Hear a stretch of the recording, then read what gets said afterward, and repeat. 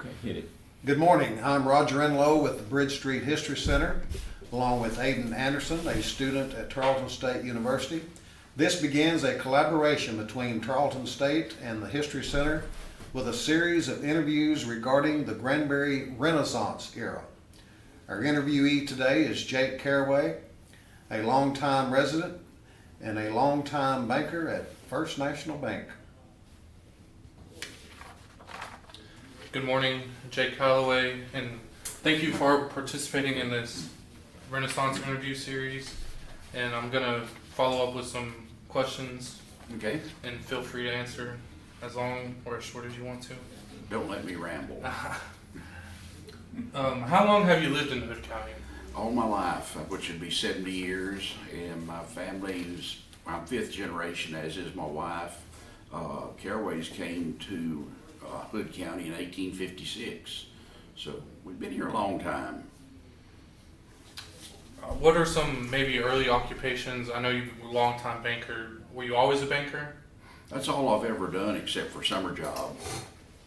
I'm approaching 40 years at First National. In a few years, I'll be 50 years in banking. In the early stages of your banking, I know Granbury has grown a lot. What has changed over the years? Everything. The square was dying when we were kids. The Opera House was empty. They stored feed in it. It didn't have a roof. They had hay with tarps over it. There was, pretty much the west side of the square was where things were happening. My wife had, her dad had the grocery store, and there was one other grocery store, and just not much going on. So your whole family, your mother and father were in Granbury as well? Oh yes, they were, all four sides of the family were long-timers from Hood and Parker County. What were their occupations? My dad did a little bit of everything. My mom was a housewife, and we had some acreage out around the Black Ranch, and she did around there, and Dad did haul cattle, worked at the feed store, played dominoes, whatever was available to do. What are some early memories you have leading up to the opening of Lake Granbury or after the opening of Lake Granbury? I remember all the talk about it. A lot of people were against it. My mother was always saying, she's afraid of the alcohol coming to town. And one of her things was, who's going to clean up the beer cans on the square? And one of my good friends, John Henry Luton, his grandfather and his great aunt were some of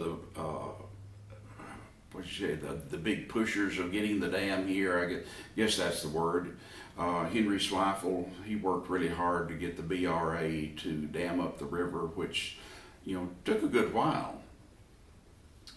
How were your family? You said your mother was against the opening of the dam. What about your father, or what about friends? How did they feel about the opening of the lake? I really don't remember. Of course, we were too young to be discussing that stuff at that time because I was still in high school.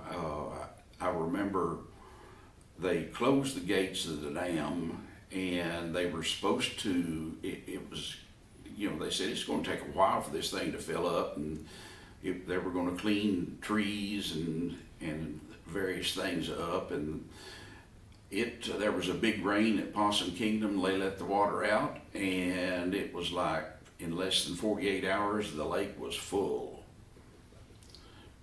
With the opening of the lake, were more people coming into Granbury, or was it slowly? It was slow. We had some land that was on Stroud's Creek in Thorpe Springs, and of course everybody thought, well, I'm going to get rich now. I'll sell my lake land or lakefront land to the developers and make a lot of money, and was what a lot of people were thinking, and they did, and it was a lot of money then. but there were people coming in, and it was mainly, they were going for the weekender crowd at that time. A few people were moving in as more permanent residents, and in the beginning we had, it seemed like it was more mobile homes than anything. You mentioned the renovation of the Opera House. How did you feel about the restoration of the Opera House and, you know, the changes that came with it? Well, once again, I was too young. I remember them doing it, and we were thinking, what on earth are they doing over there? They got everybody that was able to pitch in, and I remember some of the locals helping clean it out. There's a fellow named Gene Durant that's still around, and he's in his 80s, and I remember he worked to help clean out all the old lumber and the hay and everything, because the inside structure had just collapsed. There had been talk of tearing it down at one point, I remember. And they had a local rock guy volunteered to do work on it. Mary Lou Watkins, who is, you know, she seems to be the grandmother of the whole thing, of the restoration. She had gotten her brother Joe Nutt, who was in the insurance business in Dallas, and he had a good bit of money. And Mary Lou had this way of talking people into donating money to it. She got Joe to donate money. She got him, he had friends with money that he brought in. There was a family at the Black Ranch. They got the Black family to donate. I believe they donated the air conditioning system. For one thing, and they had to come in, and it was just the Opera House was down to 4 walls, so they just started fresh. Did you be involved with the Opera House at all, or did you go after it was restored? How did you feel about it? Well, by that time I had gone off to college, and so I knew things were going on. Some of the stuff, it was kind of funny because one of Mary Lou Watkins' sayings was that the reason Granbury still existed the way it did was we were too poor to tear it down.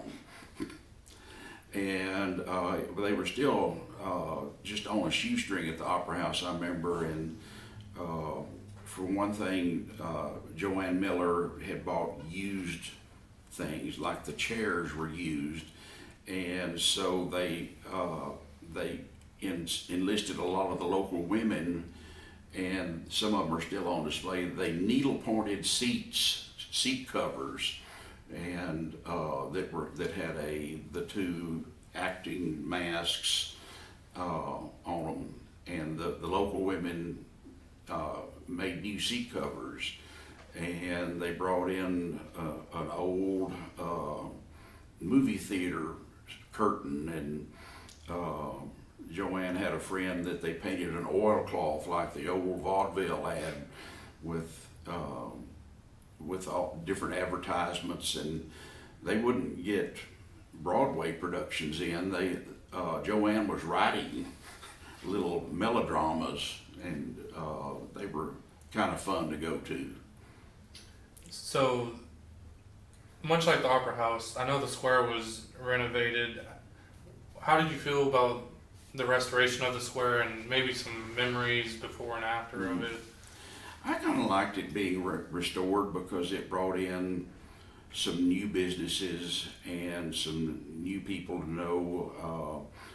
Of course, we all loved the Nut House, which was over here on the corner where they just burned the other day, but Mary Lou Watkins opened up a buffet in there, and she called it country food, and it was.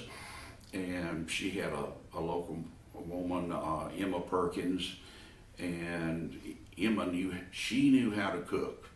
And the best thing ever was she made little cornbread, Hot water cornbread, and I could just sit down and eat that and butter, you know. And we had, and then chicken and dumplings, and I remember the fried catfish.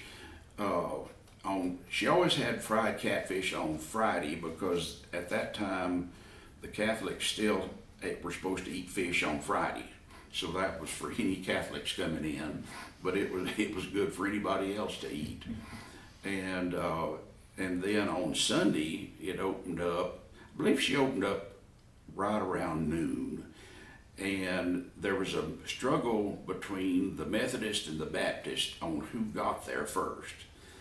And the Methodists told the preacher he needed to shorten his sermons so they could get out in time to beat the Baptist to the nut house. I know you were in college. I don't know about at this time, but were any of your family members or friends, were they involved in the square at all, or did they work anywhere? They worked in the businesses around the square, and I was trying to think. I knew one girl that they would get her to work in the plays, and she would help with the sets and stuff, and just as a volunteer in the Opera House. But at that time, they were bringing in students from TCU to work in the plays in the summer, and they converted the old hospital into what we call the dorm, and that's where they would come and stay in the summer and act in the plays. And then when things got a little further along, they were getting kids from Tarleton and TCU to be in the plays. What former store or person or anything around the square do you miss the most, or something that, gave you great memories? Mm-hmm. I know you mentioned the food. The food at the Nut House for sure, and then we'd had some good cafes. We had Kinson's Cafe, Roger. They had good food. My dad had a cafe for a little while, but it burned, and he didn't do that again. But then I remember my wife's daddy, he was a butcher and had the grocery store, and then his brother worked with him, and it certainly was anything but HEB, and we were glad to get what we could there. And then we had the Old Western Auto, and we had a couple of dry goods stores, and you went in and it was kind of to find out who had what, and it was kind of, if they didn't have what you needed, you had to go to Fort Worth. You mentioned people working in certain places, like brothers and stuff. Mm-hmm. Did it impact your family, like in an economic standpoint, and also like a social standpoint? Getting more people in, and since people are right next to each other, how were the relationships like? Yeah, we got to know the new people. We made friends with them, and then economically, of course, my family owned a good share of the bank stock of the First National Bank, and still do. And so it started making it to where we were earning some more money because of these new people coming in. And even today, it's getting a little crowded, but I have to tell myself, now if these people weren't here, I wouldn't be making good money. So and Morris wouldn't have been here. What's your favorite part of the square now? If not all of it. I still like going to work every day. Where I work is on the square, and every once in a while we like to dress down and take the dogs for a walk around the square and shop. And since I'm in weekend clothes, I don't get recognized, and so I call it playing tourist. So I'm assuming that people, much like how you were involved, there's still people that were involved for a long period of time. And is it like fulfilling seeing everybody still kind of that social aspect keeping together? Yeah, it is. I know in our age, there's a good many people that have moved back. They've retired and come back, or some, one of our board members, Cody Martin, his dad came back here and they opened the office supply business, and he and his brother still continue to run that. And they've stayed, and there's a number of people here that were in my class and around that stayed in town and have businesses. And I kind of, anymore, I kind of think that's a little unusual. What is your fondest remembrance of the square just before the Renaissance period began? Oh gosh, I don't know. It was just, it was, you know, the old hometown feeling that we had. And one thing we've discussed, we were small enough, you've heard the saying, it takes a village to raise a child. That was truly happening here.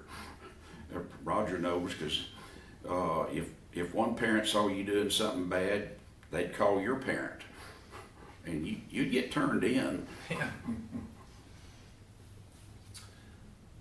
Do you possess any pictures or related documentation of some of the milestones and that you'd be willing to share with the BSHC? The opening of the De Cordova Dam and the filling of Lake Granbury? Well, since I'm on the board of the History Center, anything I've had that I'm able to, I've already turned over. We really didn't have that many photographs and stuff from that period. Would it be like, let's just take a picture, you know, you weren't really thinking about it in a historical aspect, like back then, I guess? Yeah, we really didn't hang out at the lake that much. I worked at a private club in a couple of summers in the kitchen that was on the lake, but well, we didn't take any pictures. It just wasn't anything we took pictures of. Of course, we didn't have our phones, and it was kind of expensive to get film developed back then.